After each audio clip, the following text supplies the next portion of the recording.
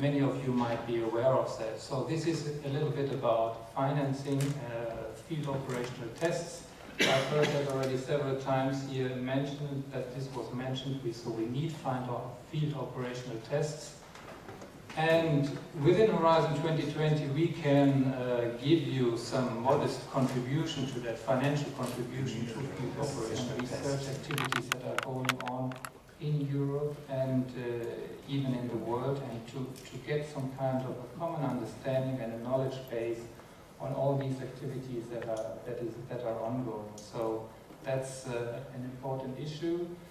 And secondly, this coordination action should also help us in supporting the cooperation between different field operational tests that are ongoing. So at national level, so that we find together a kind of strategy for data exchange between these field operational tests. So that's definitely, from our side, a very important issue to be looked at.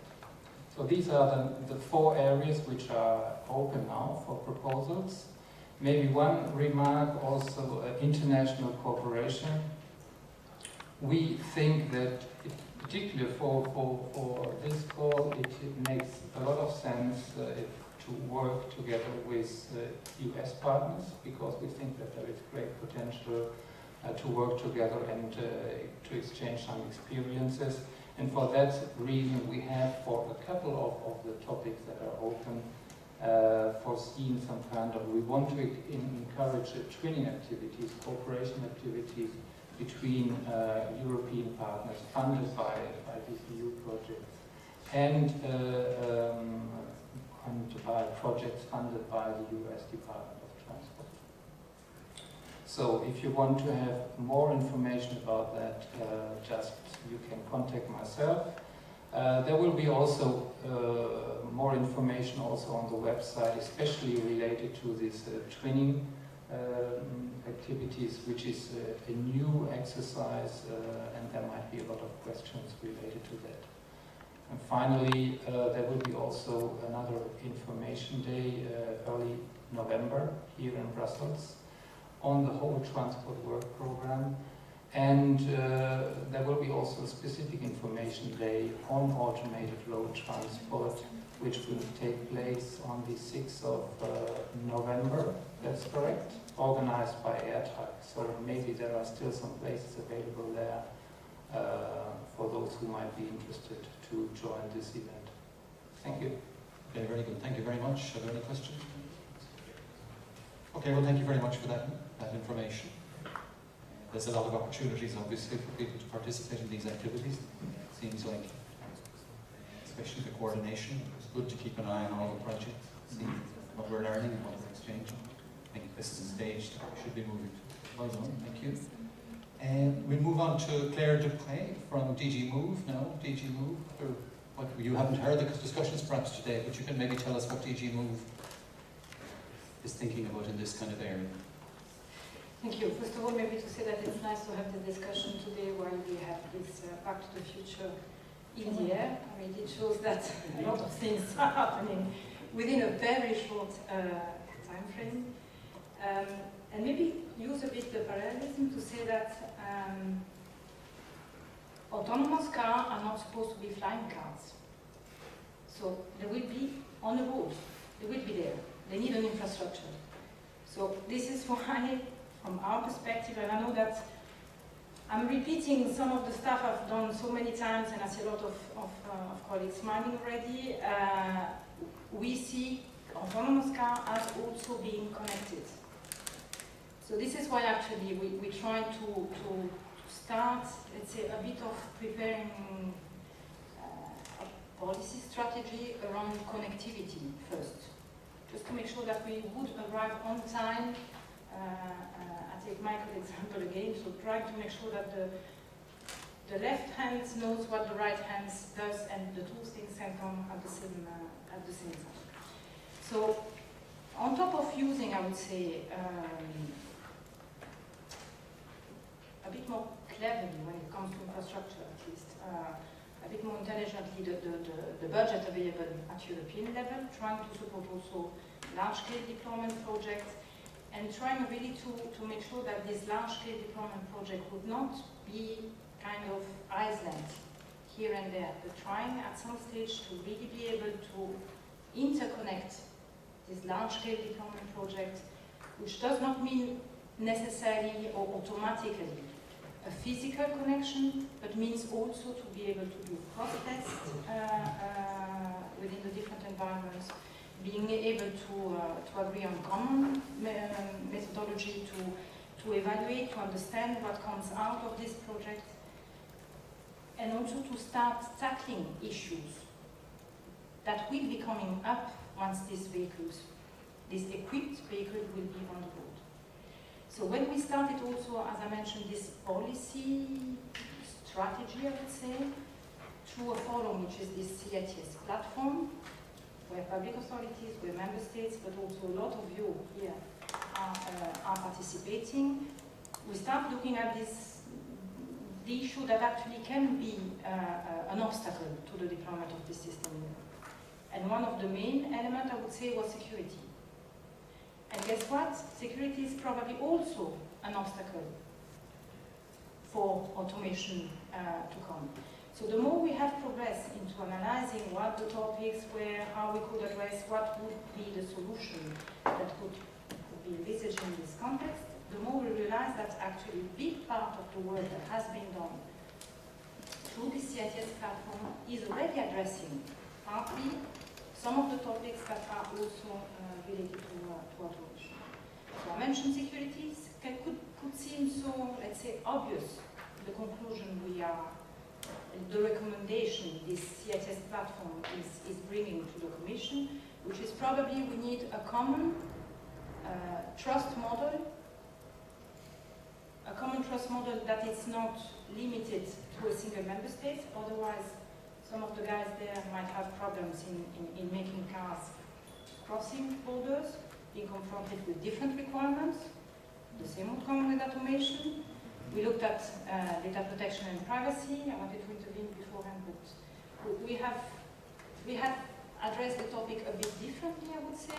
The conclusion of the working group that has been working on this topic is that when you emit, this is still personal data.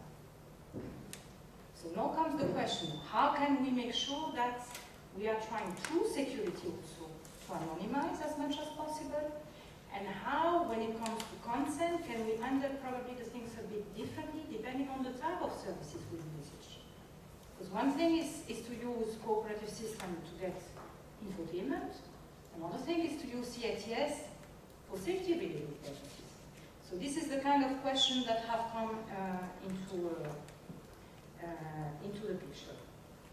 I would say that we have also looked at some of the issues linked also with road safety aspects, which again will come also with increasing level of automation.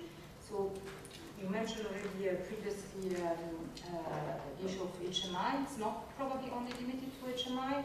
Might see how we handle this fleet of vehicles being equipped and non-equipped. Is there something more we need to envisage in terms of people awareness? So will people be a bit educated in the sense that they understand what it means having, let's say, an environment which is changing radically, but at the same time is absolutely not homogeneous, at least for a certain transition period. We have been looking at more, I would say, questions related to deployment scenarios. So trying to agree also with the hit of the different member states involved. What is the baseline today? What we consider being the baseline?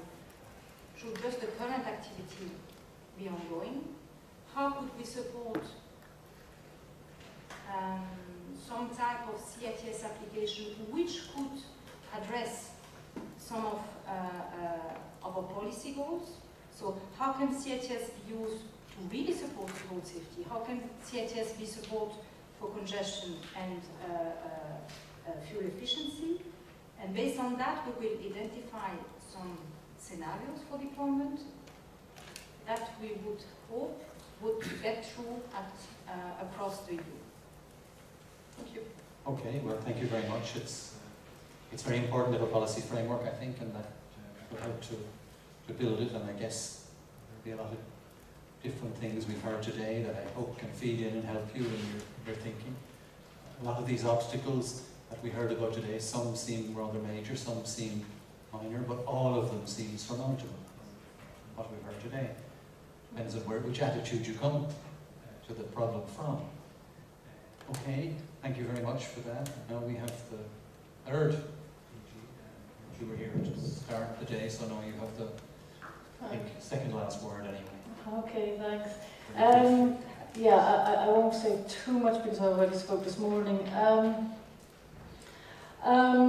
So automated vehicles, how we view that from the DG Connect perspective and how it aligns with what the other DGs are doing. So just very quickly on the research activities, as Ludger said earlier, I think we have these pilots as part of the research program, and we three DGs, I think, we aligned ourselves according to our needs, and we made sure that in every respect the pilots that are in the work program are complementary, and they will be presented sometime in early November, I think, 5th and 6th. Then coming to more generic issues, it's sort of ITS and automated vehicles, connected and automated vehicles. I would say that I would dare to say that since ITS was first conceived, there's been huge advances in digital technologies. The way ITS was also conceived, there were lots of technological developments envisaged that were quite specific to ITS. We have that piece of spectrum, for example, G5. I think at this point in time, and the way competition, the way the market is moving forward, we also have to take into account that there are a lot of generic technological developments that can be used. And this is where we see our role.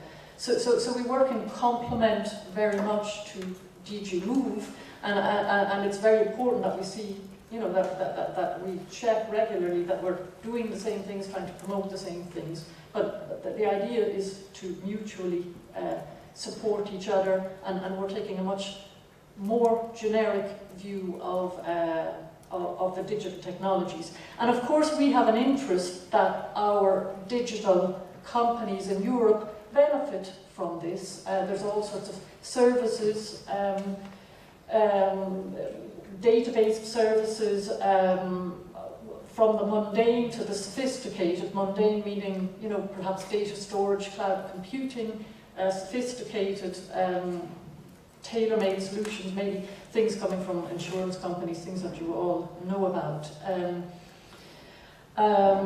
where digital companies will also have an interest in being players in the market, and we're taking that into account.